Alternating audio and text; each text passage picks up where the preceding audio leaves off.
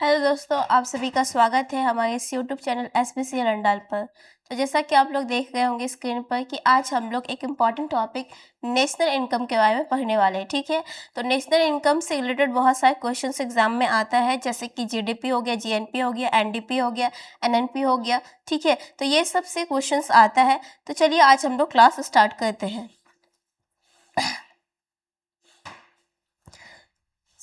सबसे पहले national income के बारे में जब पढ़ेंगे तो हम लोग डिस्कस करने वाले हैं कि नेशनल इनकम जो है उसके हिस्ट्री के बारे में। ठीक है, नेशनल इनकम का मेन ओरिजिन जो है वो कहाँ से हुआ था। तो अगर हम बात करें नेशनल इनकम के, तो यहाँ पे दादा भाई नौरोजी, ठीक है, दादा भाई नौरोजी 1968 में जो है नेशनल इनकम, ये यहाँ देखेंगे कि तो फर्स्ट क्वेश्चन थे। ठीक है, एक minute.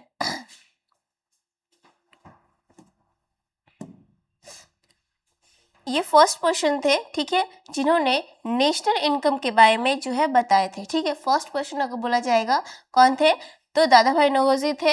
He wrote about it in his famous book poverty and un-British rule in India. ठीक है, वो आपने कौन से बुक में लिखे थे, तो poverty and un-British rule in India, ये एक उनका बुक था जिसमें वो किसके बारे में बताए थे, तो वो नेशनल इनकम के बारे में बताए थे। ठीक है, कौन, दादा भाई नौरोजी बताए थे। ठीक है, नेक्स्ट अगर बात करेंगे, according to his estimate India per capita income was about 20 rupees per year. ठीक है, इसके बाद दादा भाई नौरोजी जो है पर कैपिटा इनकम, प्रति व्यक्ति आय कितना रखे थे, तो 20 रुपीज। ठीक है, यहाँ पे ये जो 4 का 4 टॉपिक है, पॉइंट्स है, इससे क्वेश्चंस आता है, इसीलिए यहाँ पे स्ट्राइक करके रखे हैं ताकि आप लोगों को समझने में आसानी हो। ठीक है, कि क्या आपको पढ़ना है। फर्स्ट क्वेश्चन से आपसे ये पूछा जाएगा कि पहली बार इंडिया में जो है नेशनल इनकम के बारे में कौन जो आकलन किया था या कौन एस्टिमेट किया था, तो आप क्या बोलेंगे, दादा भाई नौरोजी। कब किए थे, 1868 में किए थे। ठीक है, क्वेश्चन बोला जाएगा कि जो दादा भाई नौरोजी है उनका बुक का नाम क्या है,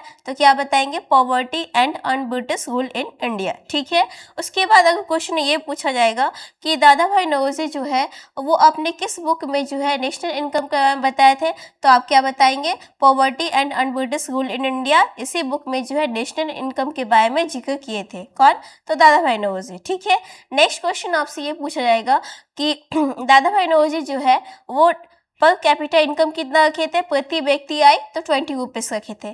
ठीक है, नेक्स्ट देखते हैं नेशनल इनकम कमेटी 1949। ठीक है, इसके बाद आया था नेशनल इनकम कमेटी 1949 में आया था, और ये कमेटी जो बनाया गया था कब, तो आफ्टर इंडिपेंडेंस ऑफ इंडिया। ठीक है, इंडिपेंडेंस ऑफ इंडिया के बाद बनाया गया था। ठीक है, इसका भी उद्देश्य वही था, नेशनल इनकम को कैलकुलेट करना। ठीक है, तो देखिए यहाँ पे after independence the government of India form the national income committee in 1949। ठीक है, कब स्थापना हुआ था, तो 1949 में स्थापना हुआ था नेशनल इनकम कमेटी।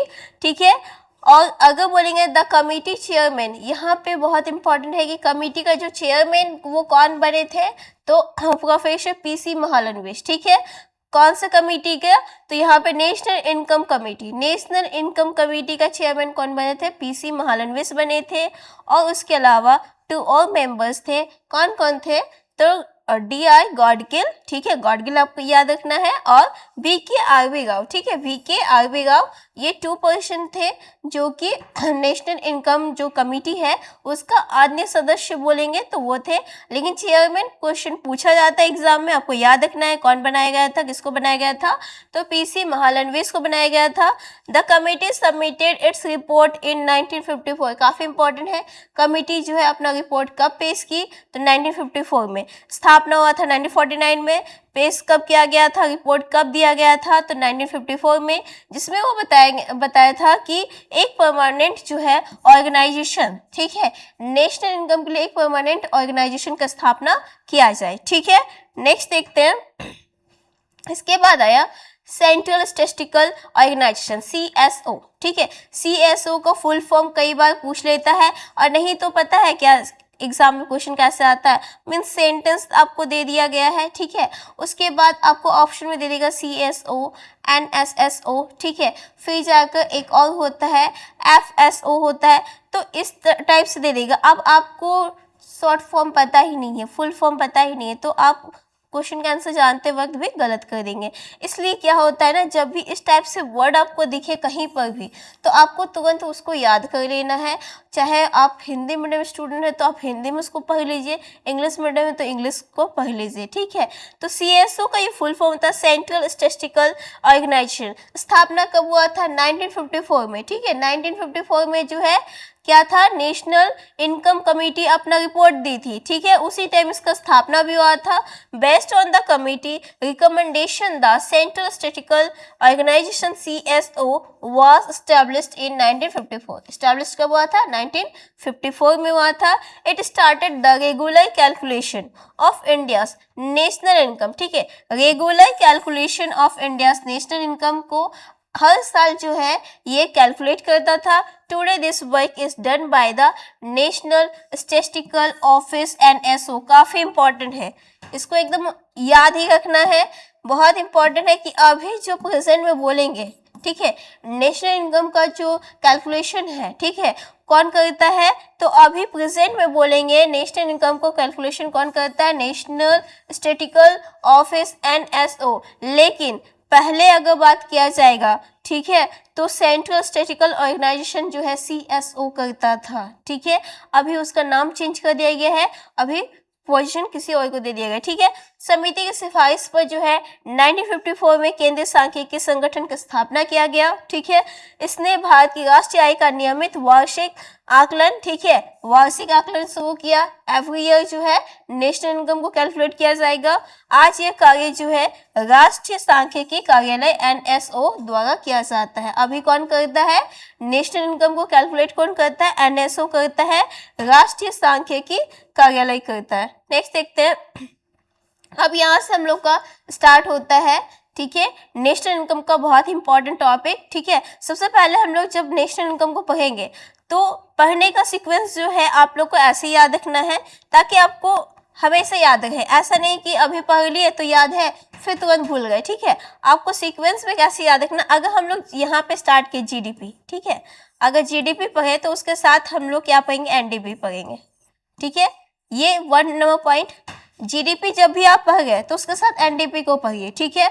उसके बाद GDP इधर NDP हो गया, फिर हम क्या पढ़ेंगे? यहाँ पे GNP पढ़ेंगे, ठीक है। GNP पढ़ेंगे, उसके साथ NNP पढ़िए। तो क्या होगा? इस तरह से आपको जल्दी से याद भी हो जाएगा और बहुत टाइम तक आपको याद रहेगा, कोई भी कंफ्यूजन नहीं होने वाला है, ठीक है। बहुत बार क्या होता है, GDP को NDP में डाल दिया जाता है, NDP को, मतलब थोड़ा सा कंफ्यूजन की वजह से वो मिस्टेक हो जाता है। ये मिस्टेक नहीं होगा। कैसे नहीं होगा? तो आपको GDP को NDP के साथ पढ़ना है और GNP को NNP के साथ पढ़ना है, ठीक है। अब हम लोग स्टार्ट करते हैं। यहाँ पे पहले हम लोग पढ़ेंगे GDP, ठीक है। GDP होता क्या है? पहले इसका फुल फॉर्म देख लीजिए, क्या होता है? ग्रॉस डोमेस्टिक प्रोडक्ट, ठीक है। हिंदी में इसको बोलते हैं सकल घरेलू उत्पाद। GDP का फुल फॉर्म क्या होगा? ग्रॉस डोमेस्टिक प्रोडक्ट, ठीक है। अब GDP होता क्या है?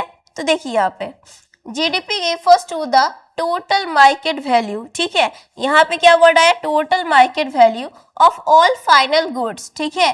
Final goods and services produced within the geographical boundaries of a country during a specific period, ठीक है। during a specific period बोला है, कब तक का लेते हैं? 1 ईयर। ये काफी इंपॉर्टेंट है।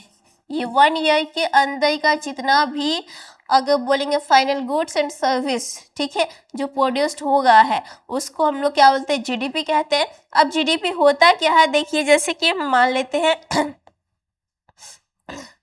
यहाँ पे ये मान लेते हैं ये इंडिया है, ठीक है, ये कंट्री है, समझना है बस, ये इंडिया है।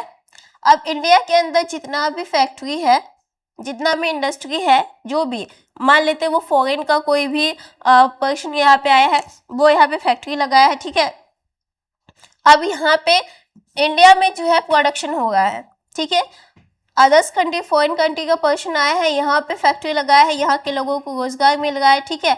लेकिन यहाँ पे ही तो काम चल रहा है, यहाँ पे जितना भी इसका इनकम होगा मीन्स इंडियन जितने लोग काम करेंगे और फॉरेन का जो भी वर्कर्स जो है यहाँ पे काम कर रहा है, उन लोगों को सबका पैसा को कैलकुलेट किया जाता है किसमें, जीडीपी में कैलकुलेट किया जाता है। जीडीपी का मतलब होता है ग्रॉस डोमेस्टिक प्रोडक्ट, मतलब घर के अंदर, आप सीधा लैंग्वेज में समझ सकते हैं कि घर के अंदर जितना भी उत्पादन होगा है वो सब क्या होता है, जीडीपी में काउंट किया जाता है। ठीक है, तो इंडिया के अंदर जितना भी प्रोडक्शन हो रहा है वो सब किस में काउंट किया जाएगा, जीडीपी में काउंट किया जाएगा। ठीक है, तो जीडीपी वही होता है, लेकिन इसमें एक पॉइंट और याद रखना चाहिए, क्या कि एक साल के अंदर, ठीक है, 1 ईयर के अंदर जो है जितना भी प्रोडक्शन हुआ वो क्या होता है, जीडीपी होगा। लेकिन सिर्फ किसका पार्ट को लेंगे, सिर्फ इंडिया का पार्ट को लेंगे। सिर्फ इंडिया के अंदर, जैसे कि हम लोग इंडिया के बारे में पढ़ गए, हम लोग इंडिया में रहते हैं, तो यानी कि इंडिया के अंदर जो है जितना भी प्रोडक्शन हुआ है, जितना भी इनकम हुआ है, वो सब क्या होगा,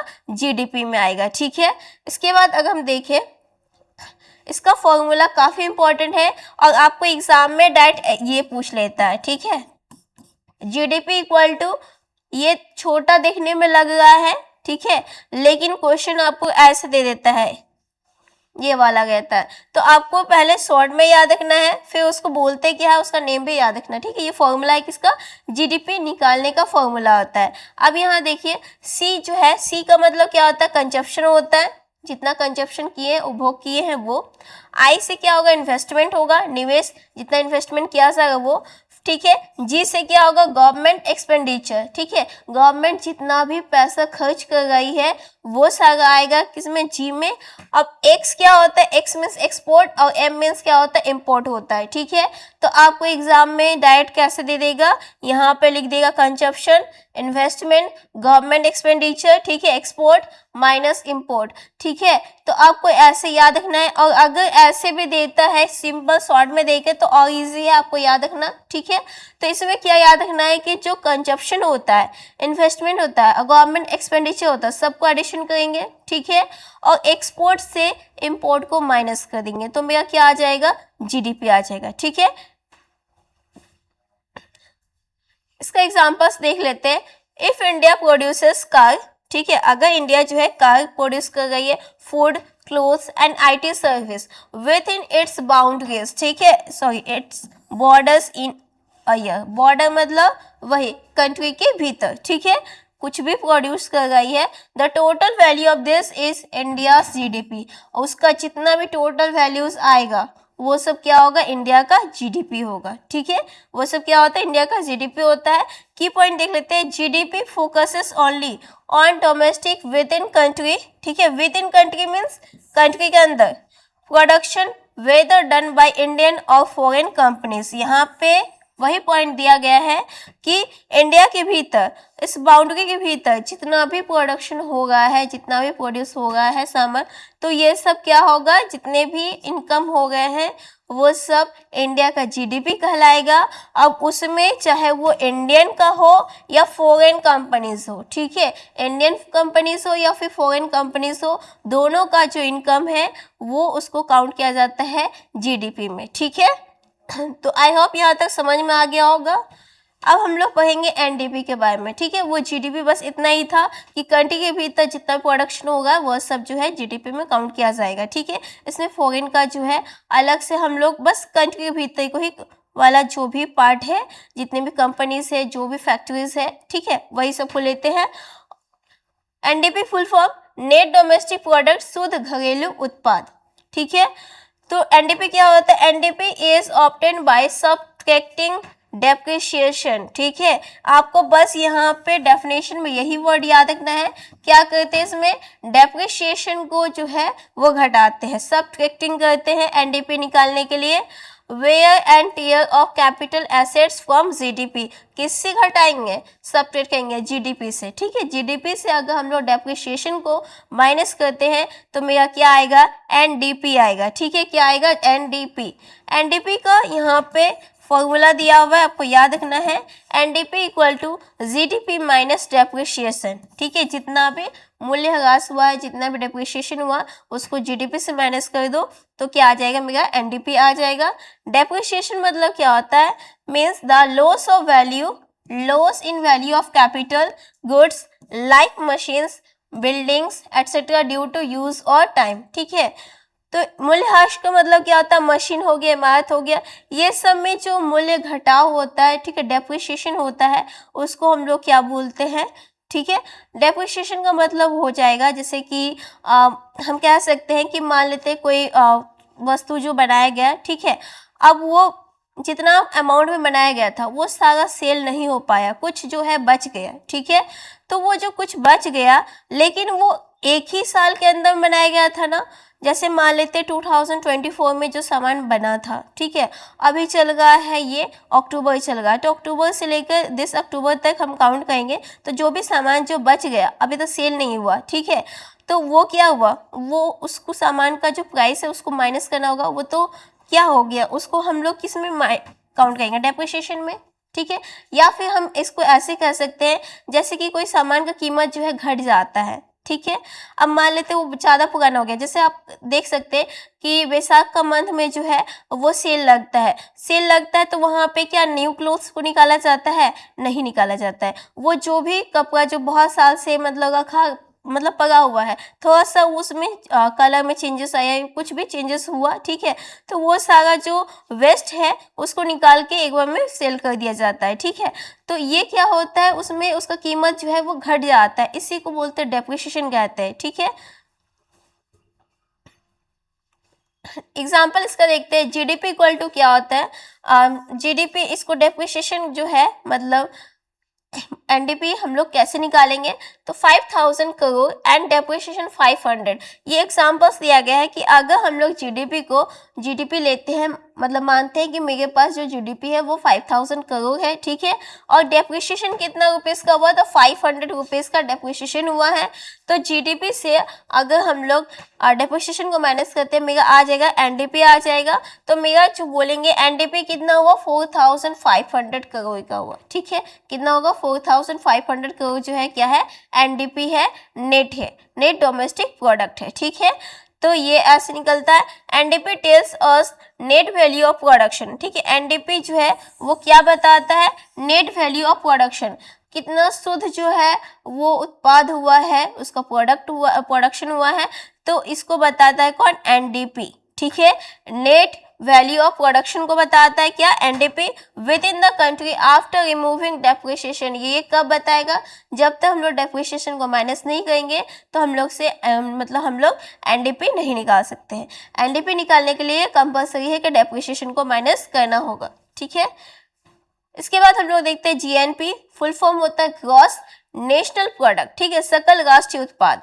GNP is the total market value of final goods, ठीक है, total market value of final goods and service produces by the citizens of a country, वैसे भी फाइनल गुड्स और सर्विस ऑफ सिटीजन्स ही करेंगे, ठीक है, during a given period including income earn from abroad but excluding income earn by foreigners. इसमें ये काफी important line है, इसको आपको याद रखना है, ठीक है। यहाँ पे क्या वर्ड आपको याद रखना है, एक्सक्लूडिंग इनकम ऑफ फॉरेनर्स, इसको छोड़कर, ठीक है। फॉरेनर का इनकम को हम लोग जीएनपी में काउंट नहीं करते हैं, फॉरेनर्स का इनकम को हम लोग जीएनपी में काउंट नहीं करते हैं, ठीक है। जीडीपी में क्या पढ़े थे हम लोग कि कंट्री के भीतर चाहे वो इंडियन हो या फिर फॉरेनर्स हो, ठीक है, तो वो सब का इनकम को काउंट किया जाता है जीडीपी में, लेकिन अगर हम लोग जैसे ही आते हैं जीएनपी, तो जीएनपी में सिर्फ इंडियंस पीपल का ही आएगा पैसा, ठीक है। यहाँ पे फॉरेनर्स का जो भी इनकम है उसको नहीं लेते, उसको हटाकर बाकी सबको हम लोग काउंट कर सकते हैं, ठीक है।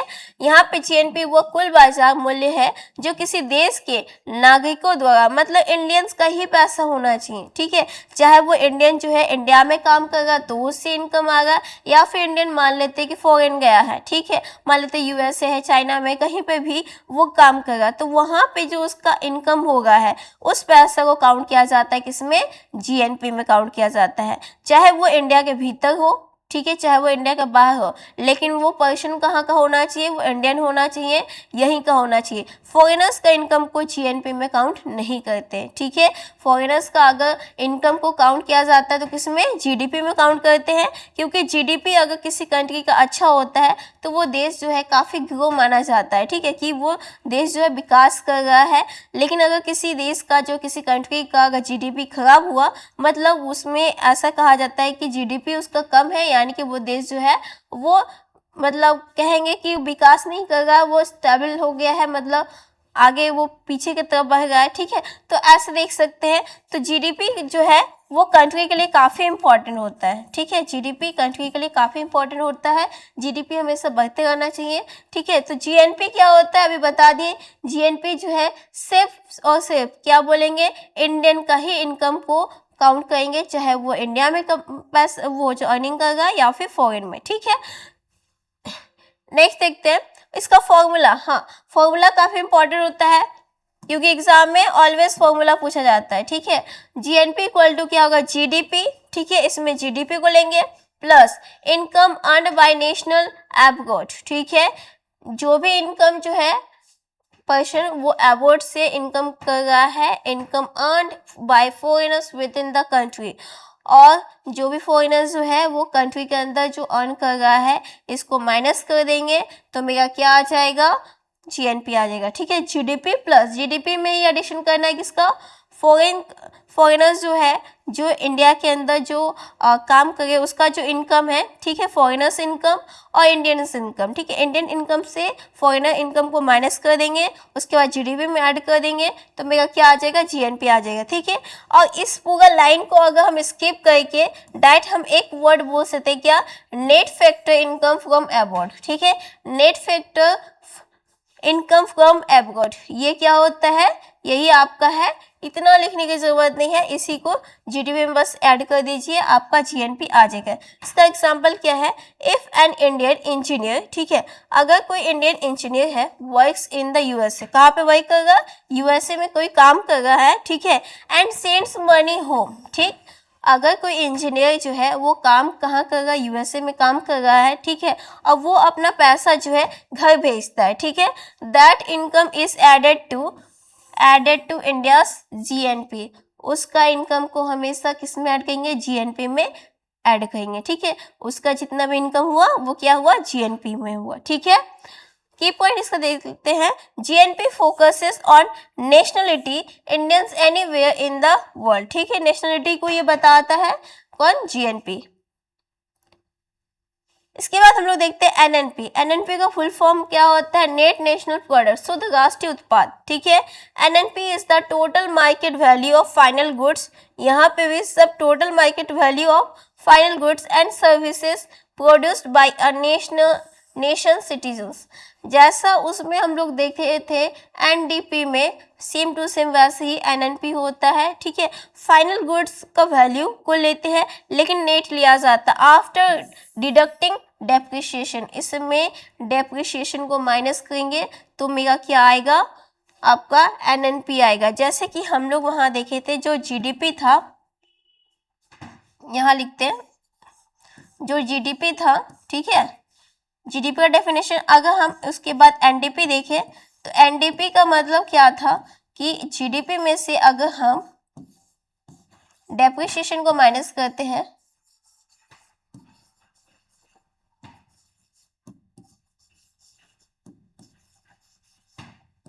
तो मेरा क्या आ जाएगा, एनडीपी आ जाएगा। वैसे ही हम लोग क्या पढ़े थे, अभी जीएनपी पढ़े थे, जीएनपी का वो डेफिनेशन आप लोग देख ही चुके हैं, उसका फॉर्मूला भी, एक मिनट, हाँ। तो यहाँ पे अगर हम लोग यहाँ पे एनएनपी बोलेंगे तो एनएनपी क्या होता है, अगर यहाँ पे जीएनपी माइनस डेप्रिसिएशन,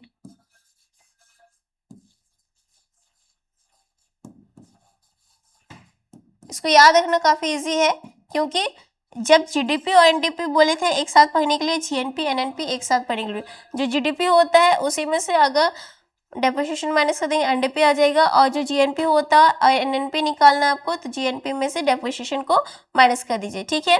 एनएनपी वो कुल बाजार मूल्य है जो किसी देश के नागरिकों द्वारा अर्जित वस्तुओं और सेवाओं का देश में या विदेश में मूल्यह्रास घटाने के बाद प्राप्त होता है, चाहे वो कंट्री का हो या फिर अदर्स कंट्री में कोई काम कर रहा है, ठीक है, उसका इनकम हो, लेकिन उसका नेट जो प्रॉफिट होता है, नेट जो इनकम होता है, उसी को एनएनपी में काउंट किया जाता है। वही एनएनपी होता है, नेट नेशनल इनकम होता है। इसका फॉर्मूला होता है NNP equal to GNP minus depreciation, ठीक है।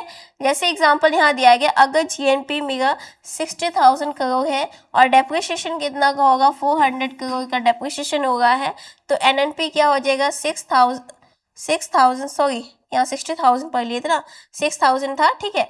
तो 6,000 माइनस 400 करेंगे तो कितना आ जाएगा, 5,600। तो ये क्या है, मेरा एनएनपी है, नेट नेशनल इनकम है, ठीक है, नेशनल प्रोडक्ट। तो की पॉइंट इसका देखेंगे, NNP show the net income of Nations citizens after accounting for depreciation. ये जो है डेप्रिसिएशन निकालने के बाद ही एनएनपी आता है।